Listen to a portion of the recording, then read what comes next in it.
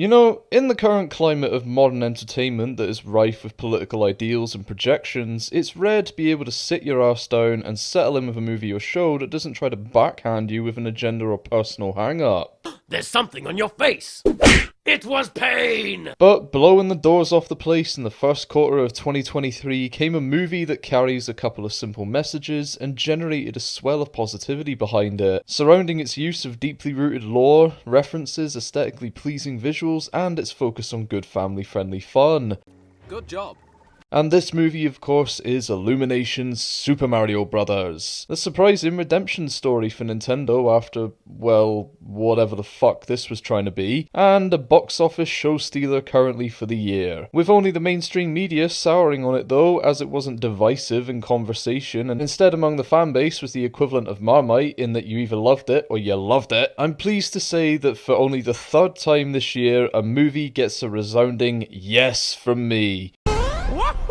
I don't have a personal connection to the character of Mario or any of his associated friends and enemies as I do to say Sonic, but this movie caught me off guard when it was announced, and I can't say it was a desirable watch, but my interest was there at least. However, when it came out, I wasn't able to pitch in with its box office success as I was still trying to clean my eyes out from seeing this. And once the hype had died out, I figured what was the fucking point. However, I realised that there was another perfect opportunity to throw in my 2 cents about this movie, and that was with the DVD release. So, I snatched up myself a copy, settled in with my Reese's, and never realised the passage of time that had occurred whilst I was sat watching this little colourful adventure. If you're unaware of the premise, allow me to give you a brief summation for this one. The movie picks up with Bowser breaking down Elsa's castle for a glowing star that he intends to use as a token of his affection to his unrequited love, Princess Peach. But to obtain such a valuable possession, he's been terrorising the lands in search of it, and even now possessing it figures he might as well finish the job. No one else has a better idea, so fuck it. Back in the real world, we see that Mario and his brother Luigi have started their own business as local plumbers, and after a rocky start and dismissive attitude from their family toward their entrepreneurial spirit, Mario sees an opportunity to help the city with a mass leakage to put the duo on the map. But after some investigating takes them further below ground, the pair find a tube that draws them into another realm comprised of various characters and locations from Mario history, and they get separated. Well, this stinks. Upon arriving, Luigi is captured by Bowser's forces and Mario is flung into Toadtopia, where he meets Toad and Princess Peach, and gets dragged into the coming conflict against Bowser and agrees to join with the intention of saving Luigi, but Bowser becomes aware of Mario's presence and is threatened by his relationship with Peach. So of course he wants to strike him off the list. Stupid! Worth it. And after a bunch of hilarious encounters with other iconic characters in this realm, Peach, Mario and Toad recruit their forces to go up against Bowser, with the movie concluding on Mario redirecting a missile that blows the dimensional barrier apart and draws everything within its radius to the real world. And after getting his ass handed to him, Mario gathers himself and teams with Luigi to use the gesture of Love Star to power up and pummel the shit out of Bowser, saving both realms. Fuck me, that was possibly the most condensed summation I've ever offered for a movie, but as it turns out, it's because the premise is simple, effective, and nonsensical. In all honesty though, it would have been a crime if I'd found a way to string this one out. No, he's got a point.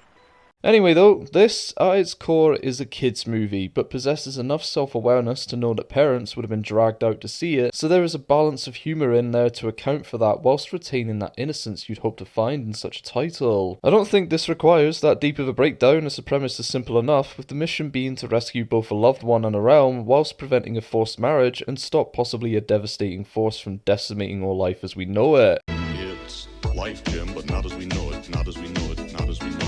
Each character has a unique sense of personality characterised by their designs, styles and vocals, with each actor and actress offering something personal to their roles, with little touches and nuances that inform you of who they are whilst feeling distinct enough that you can separate them from their characters. The agency focus is placed on Mario and Bowser in this, as it should be, with everything else falling to the domino effect based on their movements. But every individual feels distinct and provides for the narrative, by ultimately pushing Mario to become the hero we know him to be, and Bowser is presented initially as irredeemably bad, but clearly has a soft side full of desires for his life. He just doesn't know how to articulate those feelings with being a destructive bastard, and through his actions isolates himself from everyone, including his love interest. That's a stupid decision.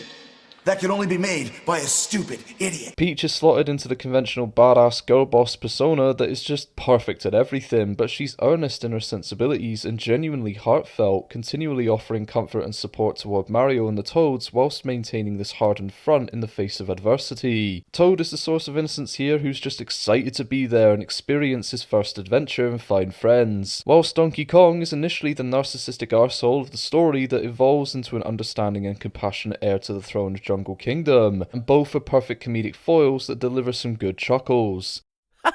Comedy. But the biggest surprise for me that I forgot for a moment, and who had basically nothing to do throughout this story, received a major boost in the closing minutes, and that was Luigi.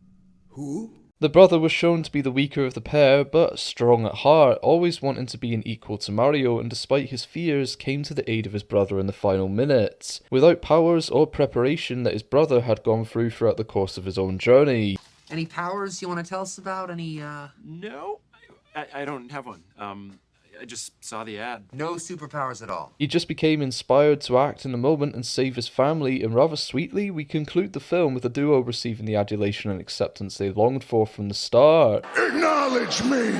Which is a little twisted and ridiculous when you think about it, where they're only lavished with cheers and support upon saving everyone from certain death, but whatever. The point is, and the message of this movie was at least, that you can overcome anything with a strong team of family and friends by your side, the will to persevere, respect in your heart, and through all of that you can find the courage to confront adversity and install those ideals in others to create a better world. And for however lazy the writing may seem in places, at least it's succinct. But I will admit, it does feel somewhat reliant on the audience having a degree of awareness from this universe, and I'm certain those that have indulged Nintendo over the years and played pretty much every title from the character's history, they'll have had a blast watching this. But for your average moviegoer or those with limited knowledge, you'll be scratching your head in places for sure. However, that won't stop you from having fun with it. The fluorescent colours, quick time event of a pace, and positive approach makes this movie an easy win in my eyes. I've only got two criticisms towards this movie, and that's in the hurried state in which the characters were written to stampede through the plot, and the usage of the licensed music. Turn it back on!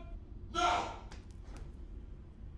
Turn it back on. Can't keep listening to the same song again and again and again! Whilst I said that this movie does an excellent job of conveying its messages and generating a connection with the characters in the runtime it has, it does feel rushed in places too. And that's after thinking about it, where whilst I was watching it, that wasn't really a concern. So ultimately that is just a nitpick for the film as a critic, but my real gripe lies in the aforementioned licensed music. There really isn't much to say on this as such, except for the placement of it all and how sudden the songs would pop up. Honestly felt like the writing team just went through their favourite playlists and hit randomize. And to be honest, most of the tracks appeared in the Guardians movies, so I have to wonder if maybe they approached James Gunn for his recommendations. The presence of the tracks themselves, whilst enjoyable foot thumpers, just felt rather clunky. And honestly, a lot of the remix scores that incorporate iconic tunes from Mario's history worked rather well. So maybe for the sequel, just focus on that instead. But those thoughts aside, this is a thoroughly enjoyable watch, with fun for everyone and has some inventive laughs, larger than life characters, and demonstrates that with a sprinkle of sincerity, a touch of creativity, a dash of wonder, and respectful understanding for both the franchise and the audience, you have a winning formula on your hand. And a special mention has to go to Lumily as this disturbingly charming, adorable, nihilistic little shit that constantly makes the other characters uncomfortable but stole the fucking show from me.